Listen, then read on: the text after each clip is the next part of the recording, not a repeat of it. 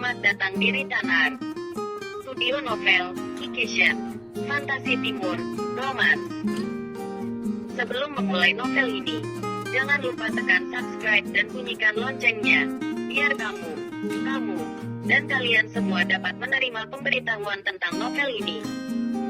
Dan juga jangan lupa tekan like dan share sebanyak-banyaknya kepada teman kalian. Terima kasih. Selamat menikmati. Salam santun. Semoga menghibur. Ini tidak mungkin. Cetus Suzhou dengan penuh ketidakpercayaan atas apa yang dialaminya. Bab 16. Pedagang dari Pulau Nugray. Malam yang sunyi tidak membuat Toa Nugroho dan para pengawalnya merasa kesepian. Mereka semua berhura-hura menyantap belasan ekor ayam dan juga menikmati manisnya arak, tanpa peduli dengan persediaan makanan mereka yang telah menipis. Sedangkan Ashumi dan gadis-gadis tawanan lainnya tidak diberikan sedikit pun makanan oleh pasukan Toa Nugroho. Mengingat persediaan makanan mereka yang telah menipis, membuat beberapa gadis tawanan menjerit kesakitan oleh karena dilanda lelah dan lapar. Pangeran, ini, pinta salah seorang pengawal Toa Nugroho. Seraya memberikan seekor ayam hutan yang ditangkapnya ketika mencari ranting-ranting pohon di hutan. Lumayan. Luman Toa Nugroho menatapi ayam bakar tersebut, yang terlihat sangat lezat, walaupun tanpa ada penyedap rasa. Hei, kamu. Ambilkan arak, perintah Toa Nugroho, dengan tatapan yang sangat tajam mengarah kepada salah seorang pengawalnya. Iya, pangeran, jawab pengawalnya. Seraya bangkit dari duduknya dan mulai bergegas menuju ke gerbong penyimpanan arak. Bawakanlah yang banyak. Iya, cetus Leminhao. Asteris. Di saat yang bersamaan, malam yang begitu mencekam sukma, tidak dapat menghentikan 3 orang pedagang dari Pulau Nugray melewati hutan itu dalam sunyi dan gelapnya malam. Ayah, lihat itu, pinta gadis yang berjalan mengikuti kedua pria yang berada di depannya. Ada apa? Nak, lihat itu. Bukankah di tengah-tengah hutan seperti ini, kita tidak boleh beristirahat atau bermalam?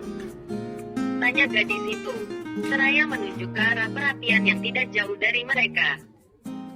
Iya, Yaras, jawab ayahnya, sembari menatapi orang-orang yang berada di sekeliling perapian tersebut dengan saksama. Bukankah itu ialah kereta kuda? Tanya pedagang lainnya. Iya betul. Dan mungkin mereka ialah sekelompok orang yang sedang menempuh perjalanan yang sangat jauh. Atau mungkin mereka ialah pedagang yang sama seperti aku. Namun mereka jalan bergerombolan, sehingga tidak takut bermalam di tempat yang terbuka seperti ini. Ketiganya tidak lain adalah Tuan Losari dan anaknya, Yaras, sedangkan pemuda yang menemani mereka ialah pengawal setia Tuan Putri Yaras. Ketiganya menempuh perjalanan dari Pulau Nugray menuju ke Kekaisaran Triani melalui perjalanan darat, yang memakan waktu 3-4 hari, jikalau ada hal-hal tertentu yang membuat perjalanan mereka terhambat. Beda halnya dengan menempuh perjalanan melewati sungai, yang hanya memakan waktu 1-2 hari saja. Ketiganya berjalan sangat santai-santai, diikuti seekor keledai yang menarik sebuah gerbong kecil, yang di dalamnya terdapat puluhan perhiasan dan juga kain khas Pulau.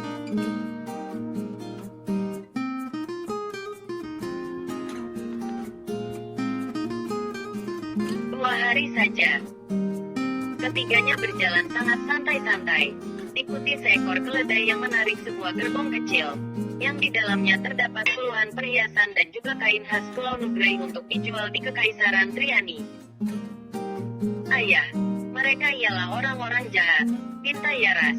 Ketika melihat dengan jelas beberapa orang di antara pasukan tersebut berhura-hura menikmati manisnya arak. Jangan takut, nak. Mungkin mereka takut melewati hutan ini, sehingga mereka bertingkah demikian untuk menghilangkan rasa takut, pinta Tuan Losari, sembari memastikan lebih jelas lagi gerombolan orang-orang yang tidak dikenalnya. Tapi, kita juga harus waspada, ingatnya. Tuan Putri tenang.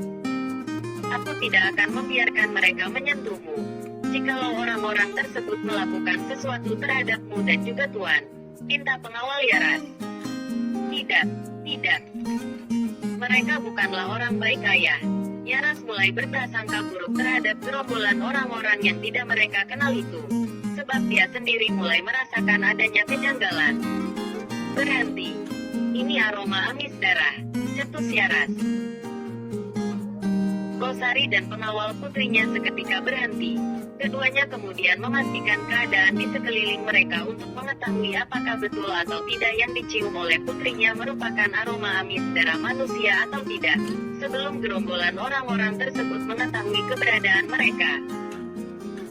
Ayah, apakah engkau mendengar suara jeritan dari gerbong tersebut?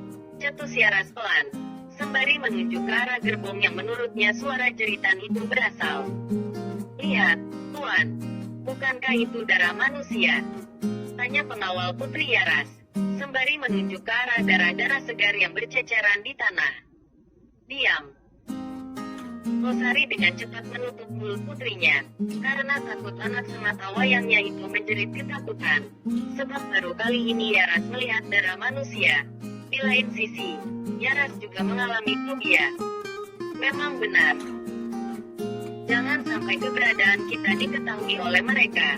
Cetus Losari pelan mengingatkan keduanya, dengan raut wajah yang sangat panik, karena takut keberadaan mereka diketahui oleh gerombolan orang-orang asing tersebut. Ketiganya pun mulai melangkah dengan perlahan-lahan, agar keberadaan mereka tidak diketahui oleh orang-orang tersebut. Sedangkan di belakang daripada mereka diikuti keledai penarik gerbong dagangan Tuan Losari. Diam. Tegas Tuan Losari pelan, seakan-akan membentak keledainya yang meringkik, akibat dari aroma amis darah yang sangat menyengat. Yaras sedikit panik, namun pengawalnya terus saja menenangkan dia. Sedangkan orang-orang yang mereka tidak kenal itu, sama sekali tidak menghiraukan ringkikan keledai dari Tuan Losari, sehingga membuat ketiganya sangat bersyukur karena keberadaan mereka tidak diketahui. Mereka tidak menghiraukan ringkikan keledai ini, pinta Yaras, yang terlihat masih panik dengan keadaan mereka. Iya, Tuan Putri. Semoga ayahmu bisa menenangkan keledai ini. Dan semoga keberadaan kita tidak diketahui oleh mereka, cetus pengawal Yaras dengan sangat datar. Sudah, tidak usah bicara lagi, tegas Yaras. Mereka bertiga yang menyangka telah aman dari orang-orang yang mereka tidak kenal itu, tidak disangka dari kejauhan ada seorang pemuda sedang memperhatikan gerak-gerik ketiganya tanpa disadari oleh mereka. Apa yang ingin mereka lakukan? Gumam pemuda itu, seraya melangkah perlahan-lahan ke arah gerbong, di mana Tuan Losari dan anaknya berada. Tidak akan aku biarkan mereka melakukan sesuatu yang senonoh, benar pemuda tersebut. Langkah ketiganya lagi-lagi terhenti, di saat gadis-gadis yang berada di dalam gerbong lagi-lagi menjerit, yang membuat ketiganya sedikit panik. Ah, ayah, pinta Yaras terbata-bata. Puan, terdapat belasan gadis yang terkurung tidak berdaya di dalam gerbong ini, pinta pengawal Yaras, sembari mengintip gadis-gadis yang berada di dalam gerbong tersebut lewat celah-celah gerbong itu. Ayah, apa yang harus kita lakukan? Tanya Yaras, yang terlihat sangat peduli dengan gadis-gadis yang berada di dalam kurungan itu. Tuan Losari berpikir sejenak, sebelum mengintip gadis-gadis yang berada di dalam gerbong tersebut, dan mulai memperhatikan keadaan di sekitar mereka.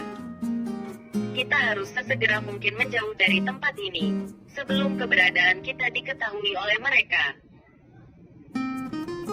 Ayah, kenapa kita meninggalkan gadis-gadis yang tidak berdaya itu, tanpa memberikan mereka pertolongan agar terbebas dari pria-pria jahat itu? Pinta Yaras dengan raut wajah yang penuh harap, agar ayahnya dapat melakukan sesuatu untuk membebaskan gadis-gadis yang terkurung tidak berdaya itu.